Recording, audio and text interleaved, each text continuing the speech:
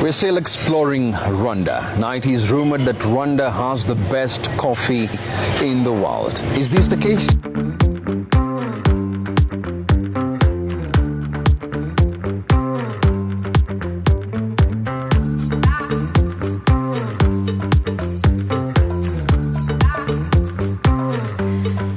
Welcome back or welcome to The Mic Check, your one-stop shop for everything voiceovers, broadcasting and announcing. I am your host, Hazel Nyokabi, and today we are thrilled to have our guests. Thank you, Hazel. My name is Alex Burton.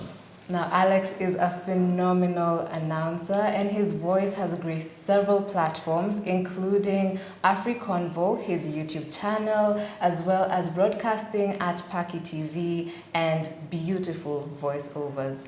Let's dive right into the world of professional announcing. Let's get right into it and Let's begin with the preparation process. Can you walk us through how you approach and you prepare for different broadcast scenarios? That's a very good question. And I think first and foremost, it's always important to have the end goal in mind. Once you have that at your fingertips, then it is easy for you to have an interaction, say with the client or whoever has assigned you the specific responsibility to capture a story. Then the second bit of it is to look at the visualization. It is always important to have that visual concept in mind, and it assists you to navigate the conversation and at the same time without any bottlenecks that you might be having along the way. Once you have that in mind, then it is always pivotal for you to employ the aspect of doing a dry run in terms of, are you pronouncing the words correctly? Are you piecing the introduction and the outro segments perfectly in line?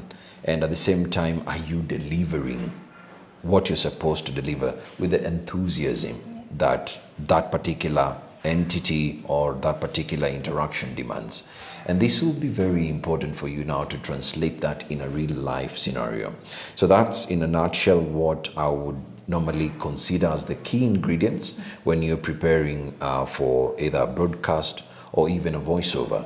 Specifically for a voiceover, there is the tonal variation that you have to sort of rehearse on before now you get to read the script.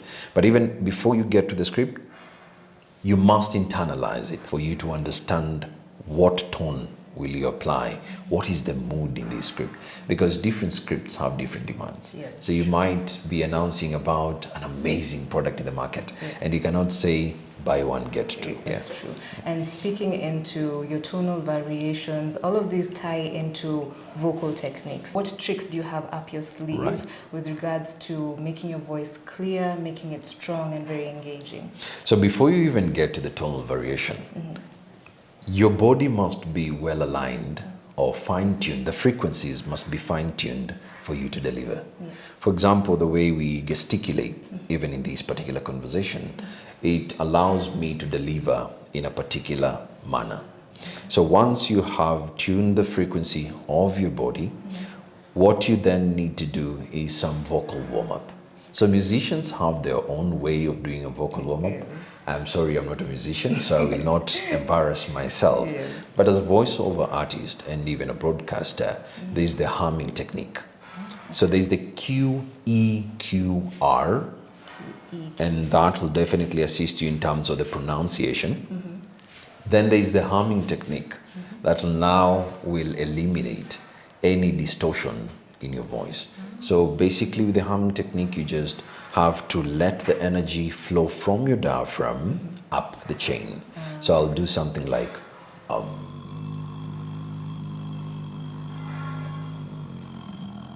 and you can sing as long as you possibly can. Once you do that, say for 5 to 10 minutes, your voice will be warm enough to deliver the content. Most people think that because you are eloquent or you have done this for quite a number of years, then it is as easy as eating your favorite cake or drinking water. But in essence, you always get those mini panic moments, regardless of your vintage in the industry.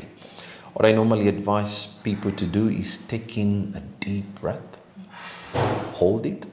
I apply what we call the 4-7-8 rule. So you're taking a deep breath 4 seconds, hold it for 7 seconds, then out through your mouth for 8 seconds. I was hosting on a particular Sunday. You know how you invite people for the service virtually, of course? So I ended up saying, instead of saying we are available across the globe, I said we are available across the globe. For a moment I froze. And you know, when you're on air, if you freeze for, say, even 3 seconds, that's a lot of time. That's true. But I had to smile, bring myself to that element of recomposure, if I may put it like that, and said that was to test whether all of you are keen and participating in this particular broadcast. What I meant to say is that we are available across the globe. Then you'll come to understand there are some tongue twisters of some sort. If you realize you have a challenge in pronouncing that term, so you can do an inflection with your gesticulation. Available across the globe. And then maximize on your pauses. Pauses are intentional for you to deliver the message and at the same time help you to navigate your conversation. I think most people feel like the broadcast space is not forgiving in terms of making those mistakes, but it's also good to know that at the end of the day, just take that breath and redo it again. Yeah, absolutely. And you know, people will always judge you harshly when, say, you lose your footing. Most people will judge you who have not even tested the waters. I think we can move on to the next question. As we know, broadcasting is about connecting with your listeners. So how would you say you connect with your listeners to keep them engaged and to also captivate them in some sense? Yes. Brilliant question again. What I've found to have been meaningful throughout time is the nature of personalizing the response or even the question. So if I'm, say, conducting a radio interview and I'm doing the onset, I will not say, I'm glad that all of you are tuned in. No. I will zero into the person who's listening and say, I am glad that you are tuned in to Gumzo with your inner voice. When you personalize that, someone will end up, and you know, there are millions of people listening to you, but someone will find it necessary to even jot down a comment or place a phone call just to interact with you. Right. So, all right, at this juncture, we will take a short commercial break. We'll allow you to take this time to interact with our social media platforms at The Mic Check on Twitter, Instagram, Facebook. We'll be with you shortly.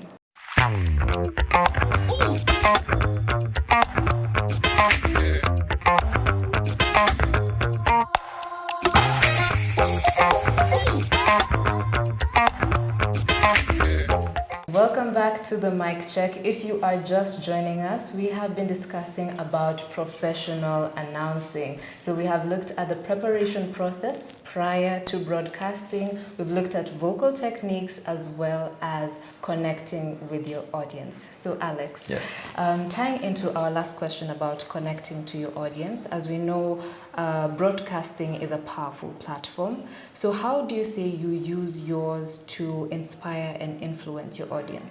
Good question. I've always been passionate about the idea of Africa being united and at the same time not necessarily having these borders that sort of disintegrate us. I don't understand why, as an African, I need a visa to travel to another African country. And that's what led me to start the platform known as AfriConvo on YouTube. And the entire objective behind AfriConvo is to bring the conversation on Africa at the table, be it at Africa Union level or all these other regional blocks that we have, with a sole purpose of unifying Africa. And here we are looking at conversations touching on leadership. How can we accelerate the aspect of meaningful and transformational leadership within the continent rather. Then at the same time, it is to look at how can we rally support from individuals such as you and I, and this is a beautiful Kickstarter to such a conversation. How can we then influence one another to see the greater good in ourselves as Africans, and how then we can go ahead and export this talent later on. So from invention to transformational leadership to visiting the amazing ecosystems that we have in this amazing continent, that is the sole purpose of the AfriConvo. So I use the platform to definitely spark the conversation in Africans, that this is the direction we need to go. Then the key question is, where we are at the moment, then how do we get where we want to be in terms of the aspirations and what we need to factor in the process, including having a paradigm shift, so that at the end of the day, we bring everyone into this conversation. Okay, I think we can move on to the next question, and this is a whole new space on the future of broadcasting. It's a very exciting topic as well. Yes. Right now, the biggest trend or the conversation is around artificial intelligence, that is AI, and we're seeing a lot of content, especially on TikTok, on Instagram, where content is AI generated. So we have voiceovers, which are AI generated. We have different broadcasting. So do you see a future where broadcasting will be solely AI generated? That's a very good question.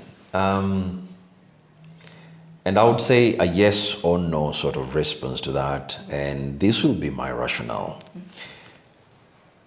Artificial intelligence is here to stay. Yes. We need to wake up to that reality.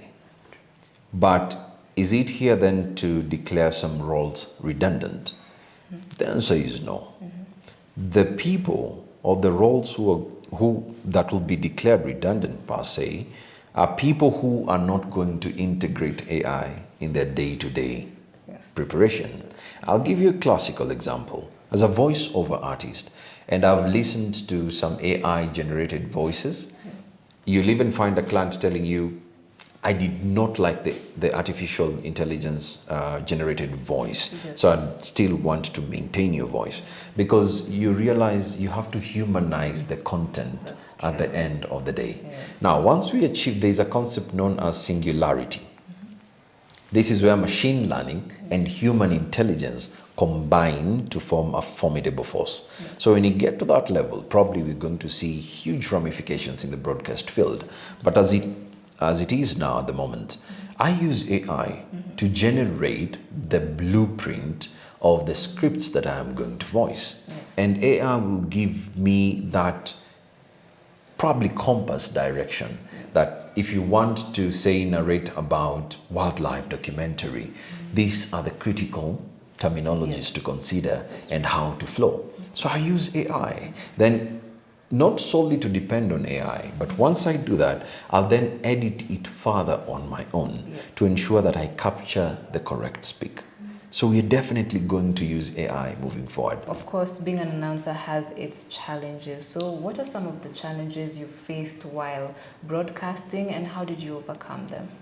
I think from the onset, there is always that element of imposter syndrome, where you do not necessarily believe in yourself and also in your articulation and also the delivery. But over time, I've built that thick skin to encourage yourself that indeed you are appointed and chosen for a time in the season as this. And I've invested in myself in terms of, if I'm emceeing an event, moderating an event, how do I connect with the people within the first 3-5 seconds and leave a memorable, lasting feeling at the end of the day? And I'll always credit one of my former bosses and line managers, Nicholas Bett. He's the one who once told me, Alex, I think you should be anchoring news in one of these television stations. And I think that is what now gave me the space, the belief, and also the time to now venture into voice artistry and also the broadcast field, so to speak. So it pays to have someone to believe in you, but it really counts a lot if you can believe in yourself, Hazel. And to whoever is listening and watching right now, it really pays if you can believe in yourself and just start putting things into practice. And what advice would you give, especially given that this will be seen by a majority who are either in the broadcasting space or Right. getting into it? What advice would you give aspiring announcers and broadcasters? You're joining a coveted platform, because imagine how many people are seeing you prime time, anchoring news, and at the same time seeing you on YouTube. So you're joining a coveted platform. My only piece of advice to you will be believe in yourself, never stop learning and acquiring knowledge. That is critical. And last but not least, anything that you do not put to practice becomes vestigial.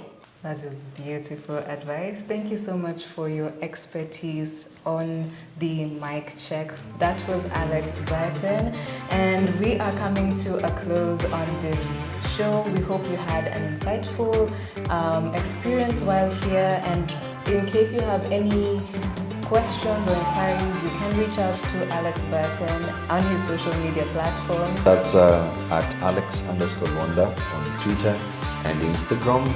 Alex Burton Rwanda on Facebook, and on YouTube the platform is AfriConvo.